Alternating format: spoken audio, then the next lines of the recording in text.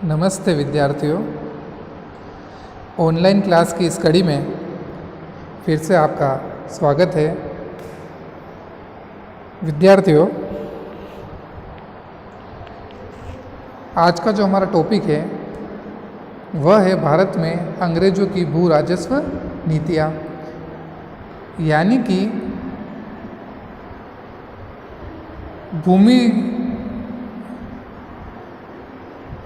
की उपज पर या भूमि पर किसानों से जो लगान वसूल किया जाता था, उसके तहत अंग्रेजों ने कौन कौन सी नीतियाँ अपनाई, उसका अध्ययन हम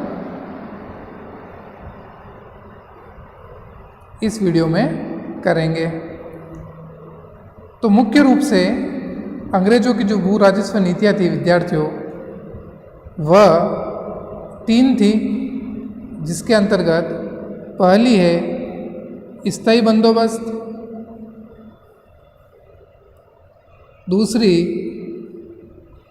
रैयतवाड़ी व्यवस्था और तीसरी है महालवाड़ी व्यवस्था। तो विद्यार्थियों, स्थायी बंदोबस्त, रैयतवाड़ी व्यवस्था या महालवाड़ी व्यवस्था, यह सब अंग्रेजों द्वारा भारत के अंदर जो भू राजस्व नीति अपनाई गई उनके नाम है। तो इस वीडियो में हम स्थायी बंदोबस्त के बारे में अध्ययन करेंगे कि अंग्रेजों द्वारा भू राजस्व की जो स्थायी बंदोबस्त की नीति अपनाई गई थी वह क्या थी। तो विद्यार्थियों, 1886 के अंदर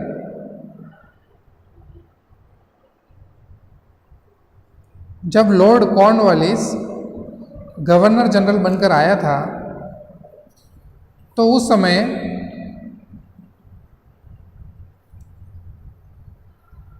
कंपनी की राजस्व व्यवस्था अस्त व्यस्त थी।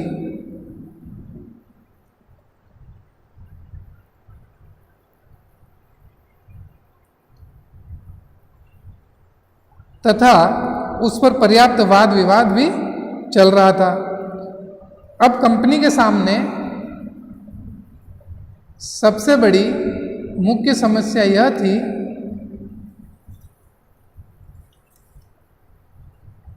कि कंपनी की जो राजस्व व्यवस्था है उसमें सुधार कैसे किया जाए।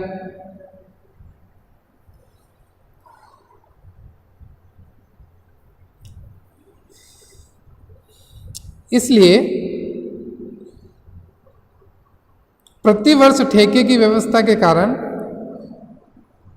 राजस्व वसूली में आई अस्थिरता एवं अन्य दोषों के कारण कंपनी के डायरेक्टरों ने कॉर्नवालिस को आदेश दिया कि वह सर्वप्रथम लगान व्यवस्था दुरुस्त करे और जो वार्षिक ठेके की व्यवस्था से उत्पन्न दोषों को दूर करने के लिए जमींदारों से स्थायी समझौता कर ले। यानी कंपनी का जो बोर्ड ऑफ डायरेक्टर था उसने कॉर्नवालिस को निर्देश दिया कि आप जो ये ठेके की व्यवस्था से हमें जो हानि हो रही है भूमि कर में, उसको दूर करने के लिए आप ऐसा करें कि जमींदारों से स्थायी समझौता कर ले, कि जो भी अलग अलग क्षेत्रों में अलग अलग जमींदार थे कि उनसे समझौता कर ले कि हम आपसे इतने रुपए लेंगे, हमें आपको इतने रुपए देने ही देने कर के रूप में, तो आप जमींदारों से स्थायी समझौता कर लो। तो कॉर्नवालिस को डायरेक्टरों ने ये आदेश दिया। तो डायरेक्टरों का यही आदेश अंत में स्थायी बंदोबस्त व्यवस्था का सबसे मुख्य कारण बना। इसके फलस्वरूप भू राजस्व या लगान के संबंध में जो व्यवस्था की गई उसे जमींदारी व्यवस्था या इस्तमरारी व्यवस्था या स्थायी बंदोबस्त व्यवस्था के नाम से जाना जाता है। तो विद्यार्थियों, यह थी आपके स्थायी बंदोबस्त व्यवस्था। स्थायी बंदोबस्त व्यवस्था की क्या क्या विशेषताएं थी, अब हम यह देखते हैं कि जमींदारों को भूमि का स्थायी मालिक बना दिया गया। भूमि पर उनका अधिकार पैतृक एवं हस्तांतरणीय था। उन्हें उनकी भूमि से तब तक पृथक नहीं किया जा सकता था जब तक वे अपना निश्चित लगान सरकार को देते रहे। यानी कि इस नीति के तहत क्या किया गया कि जमींदारों को भूमि का स्थायी मालिक बना दिया गया। भूमि पर उनका अधिकार पैतृक एवं हस्तांतरणीय था और उनको भूमि से जब तक अलग नहीं किया जाता विद्यार्थियों, जब तक कि वह लगान बराबर सरकार को देते रहे। जब लगान सरकार को बराबर नहीं देंगे तो उनकी भूमि का छोटा छोटा भाग ब्रिटिश सरकार द्वारा ले लिया जाता। किसानों को मात्र रेयतों का नीचा दर्जा दिया गया तथा उनसे भूमि संबंधी तथा अन्य परंपरागत अधिकारों को छीन लिया गया। जब जमींदार को भूमि का स्थायी मालिक बना दिया गया तो किसानों पर केवल नाम मात्र का एक नीचा दर्जा दिया गया तथा उनसे भूमि संबंधी सभी अधिकार छीन लिए गए। जमींदार भूमि के स्वामी होने के कारण भूमि को खरीद या बेच सकते थे। जमींदार अपने जीवन काल में या वसीयत द्वारा अपनी जमींदारी अपने वैध उत्तराधिकारी को दे सकते थे। तथा अंतिम जो विशेषता है, जमींदारों से लगान सदैव के लिए निश्चित कर दिया गया। यानी कि राशि फिक्स कर दी गई कि सालाना इतने रुपए आपको हमको देने ही देने। छठी जो इसकी विशेषता थी कि सरकार का किसानों से कोई प्रत्यक्ष संपर्क नहीं था। यानी कि जमींदार से जब समझौता कर लिया कि इतने रुपए हमको देने ही देने, तो अब जो सरकार का जो किसानों से संपर्क था वह बिल्कुल ही टूट गया। अगली जो इसकी विशेषता है छात्रों कि जमींदारों को किसानों से वसूल किए गए भू राजस्व की कुल रकम का 10/11 भाग कंपनी को देना था तथा 1/11 भाग स्वयं रखना था।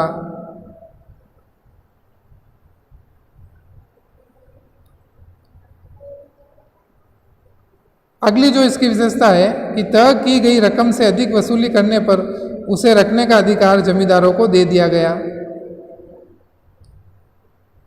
यानी कि अंग्रेजों ने जो भी राशि तय की कि इतना लगान लेना है और उससे ज़्यादा भी अगर जमींदार किसानों से ले रहा है तो भी उस पर अधिकार जमींदारों का ही था। इस कारण से क्या होता था कि जमींदार इसका फायदा उठा रहे थे, क्योंकि जमींदार केवल राजस्व का 1/11 भाग ही अपने पास रख सकता था, बाकी उसको कंपनी को देना पड़ता था। इसलिए जमींदार को तो नुकसान हो रहा था। इसलिए वह क्या करता कि किसानों से अधिक कर वसूल करता और वो स्वयं अपने पास रखता। इससे किसानों की स्थिति दयनीय हो जाती। अब जो इसकी अगली विशेषता है कि यदि कोई जमींदार निश्चित तारीख तक भू राजस्व की निर्धारित राशि जमा नहीं करता तो उसकी जमींदारी नीलाम कर दी जाती थी। यानी कि कोई जमींदार अगर अंग्रेजों को टाइम टू टाइम लगान वसूल करके नहीं देता था तो उसकी जमींदारी को रद्द करके किसी और को वो जमींदारी दे दी जाती। अगली जो इसकी विशेषता थी स्थायी बंदोबस्त की, कंपनी की आय में उल्लेखनीय वृद्धि हुई। इस व्यवस्था से कंपनी की जो आय थी उसमें ज़बरदस्त तरीके से वृद्धि हुई, क्योंकि उनको बिचौलियों के रूप में जमींदार प्राप्त हो गए, जिस कारण से टाइम उनके पास लगान पहुंचता रहता।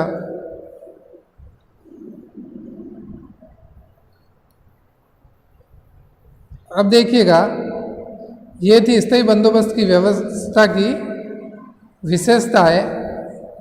अब हम देखते हैं स्थायी बंदोबस्त व्यवस्था के लाभ व हानियाँ। तो लाभ के अंतर्गत सबसे पहले हम देखेंगे विद्यार्थियों जमींदारों को लाभ। इस व्यवस्था से सबसे अधिक लाभ जमींदारों को ही हुआ। वे स्थायी रूप से भूमि के मालिक बन गए। लगान की एक निश्चित रकम सरकार को देने के पश्चात काफ़ी बड़ी धनराशि जमींदारों को प्राप्त होने लगी। तीसरा जो फायदा था जमींदारों को कि अधिक आय से कालांतर में जमींदार अत्यधिक समृद्ध हो गए तथा वे सुखमय जीवन व्यतीत करने लगे। बहुत से जमींदार तो गांव छोड़कर शहरों में बस गए। तो इस व्यवस्था से जमींदारों को भी बहुत बड़ा लाभ हुआ। अब हम देखते हैं सरकार को इस व्यवस्था से क्या लाभ हुआ, यानी कि उस समय सरकार जो ब्रिटिश सरकार थी, कंपनी का शासन था, उसको इससे क्या लाभ हुआ। उनको सबसे बड़ा लाभ हुआ कि जमींदारों के रूप में सरकार को ऐसा वर्ग प्राप्त हो गया जो हर परिस्थिति में सरकार का साथ देने को तैयार था। यानी कि अपने दोस्त के रूप में, साथी के रूप में एक विश्वसनीय मित्र प्राप्त हो गए सरकार को जमींदारों के रूप में, क्योंकि वह किसानों और सरकार के बीच मध्यस्थता का काम कर रहा था। और जब उसको इस व्यवस्था से फायदा हो रहा था तो वो उत्तरदायी किसके खिलाफ होगा, किसके साथ होगा, जमींदार। जब सरकार उसको फायदा दे रही है तो वो वास्तविक रूप से जिम्मेदार भी, विश्वास पात्र भी एक तरह से सरकार के तरफ ही था। इसलिए एक विश्वसनीय वर्ग के रूप में जमींदार सरकार को प्राप्त हो गए। सरकार की आय में अत्यधिक वृद्धि हुई, सरकार की आय निश्चित हो गई, जिससे अपना बजट तैयार करने में उसे आसानी हुई। अगला फायदा जो हुआ, सरकार को प्रतिवर्ष राजस्व की दरें तय करने एवं ठेके देने के झंझट से मुक्ति मिल गई। पहले जो प्रतिवर्ष राजस्व की दरें तय की जाती, ठेका दिया जाता था, इन झंझटों से सरकार को मुक्ति मिल गई। कंपनी के कर्मचारियों को लगान व्यवस्था से मुक्ति मिल गई, जिससे वे कंपनी के व्यापार की ओर अधिक ध्यान दे सके।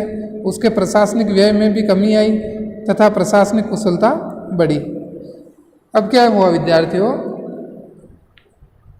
जब सरकार ने अपने मध्यस्थ के तौर पर जमींदारों को रखा तो लगान वसूली का सारा कार्य जमींदार करने लगे। तो उससे कंपनी के जो कर्मचारी थे वह अपना ध्यान व्यापार की ओर अधिक लगाने लगे, जिससे उनके प्रशासनिक व्यय में भी कमी आई तथा प्रशासनिक कुशलता भी बढ़ी सरकार की। तो यह सरकार को इस व्यवस्था से लाभ थे। अब हम विद्यार्थियों स्थायी बंदोबस्त की हानियों को देखते हैं कि इससे हानियां क्या क्या हुई और किसको हुई। तो जैसा कि अभी तक आपको पता चल ही गया होगा कि इस व्यवस्था से सबसे अधिक हानि किसानों को हुई। इससे उनके भूमि संबंधी तथा अन्य परंपरागत अधिकार छीन लिए गए तथा वे केवल खेतीहर मजदूर बनकर रह गए।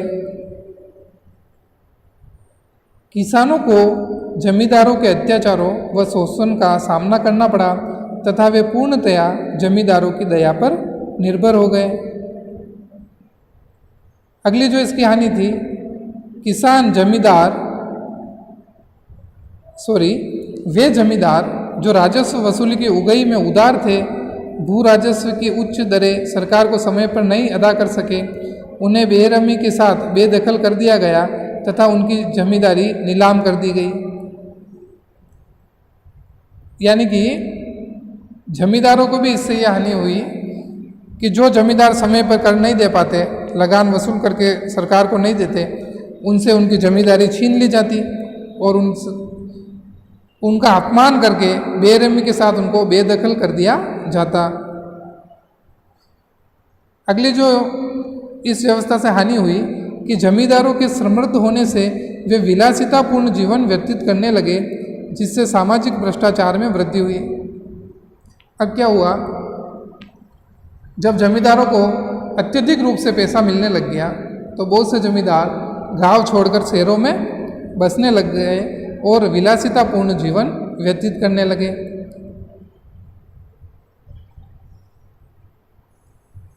अगली जो इसकी हानि थी कि स्थायी बंदोबस्त व्यवस्था ने कालांतर में राष्ट्रीय स्वतंत्रता संघर्ष को भी हानि पहुंचाई। जमींदारों का यह वर्ग स्वतंत्रता संघर्ष में अंग्रेज भक्त बना रहा तथा कई अवसरों पर तो उसने राष्ट्रवादियों के विरुद्ध सरकार की मदद भी की। तो यह सबसे बड़ी हानि थी विद्यार्थियों कि सरकार की वजह से लाभ हो रहा था जमींदारों का, और जो स्वतंत्रता संग्राम में पहले जमींदार भाग ले रहे थे अब उनको सरकार की वजह से अत्यधिक पैसा मिल रहा है, इसलिए वो सरकार के एक तरह से मित्र बन गए और राष्ट्रवादियों के विरुद्ध वह सरकार की मदद करने लगे। तो इस व्यवस्था का सबसे बड़ा दोस्त बनकर ये उभरा। अगली जो इसकी हानि थी स्थायी बंदोबस्त व्यवस्था की, कि इस व्यवस्था से किसान दिनों दिन निर्धन होते गए तथा उनमें सरकार तथा जमींदारों के विरुद्ध असंतोष बढ़ने लगा। जब किसान अत्यधिक रूप से निर्धन होते गए, उन्हें उनकी भूमि के मालिकाना हक से बेदखल कर दिया गया, तो अत्यधिक विरोध का सामना जो किसानों का जिसको सामना करना पड़ा वह वर्ग था जमींदार, और जमींदारों के बाद सरकार। तो इन दोनों ही वर्ग के विरुद्ध असंतोष बढ़ने लगा धीरे धीरे, और अनेक किसान आंदोलन आगे हमको देखने को मिलते हैं।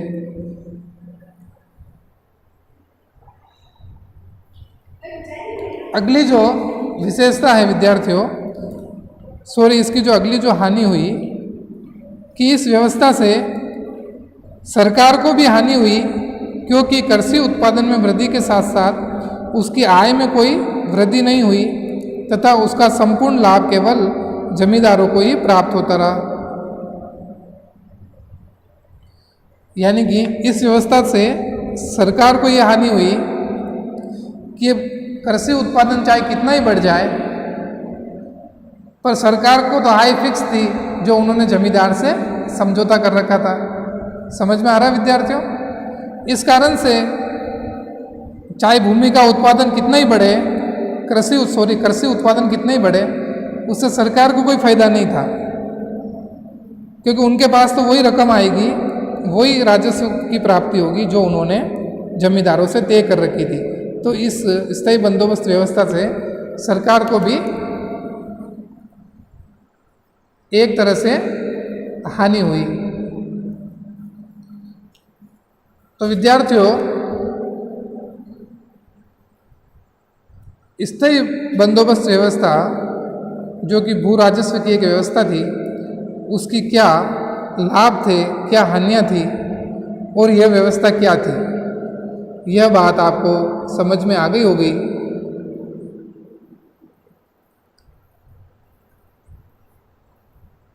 इस वीडियो में विद्यार्थियों यहाँ पर थोड़ी मिस प्रिंट हो गई है, जिसको आप सुधार कर लेना, कि भू राजस्व की जो कुल रकम थी जो जमींदार द्वारा दी जाती, उसका 1/9 भाग तो उसका 8/9 भाग तो क्या करता था, कंपनी को देता था जमींदार, और 1/9 भाग अपने पास रखता। यानी कि जमींदार जो राजस्व किसानों से वसूल करते थे, उस रकम का 8/9 भाग तो सरकार को देना पड़ता था, और 1/9 भाग वो स्वयं अपने पास रखता था। तो ये थोड़ा आप इसमें सुधार कर लेना।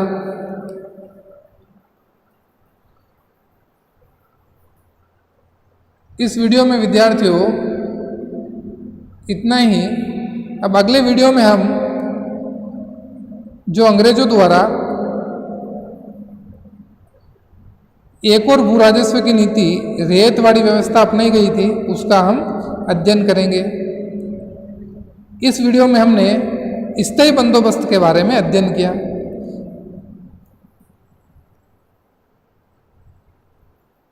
जिसके बारे में आपको अब समझ में आ गया होगा कि स्थायी बंदोबस्त व्यवस्था क्या थी, कि नाम से स्पष्ट है कि कंपनी द्वारा एक तरह से स्थायी बंदोबस्त कर दिया गया, यानी कि जमींदारों से हमें एक फिक्स रकम लगान के रूप में लेनी है। तो नाम से स्पष्ट हो गया कि सरकार द्वारा स्थायी बंदोबस्त व्यवस्था जमींदारों की मध्यस्थता से यह व्यवस्था लागू की गई। ठीक है विद्यार्थियों, इस वीडियो में बस इतना ही। मिलते हैं अगली क्लास में नई वीडियो के साथ। धन्यवाद।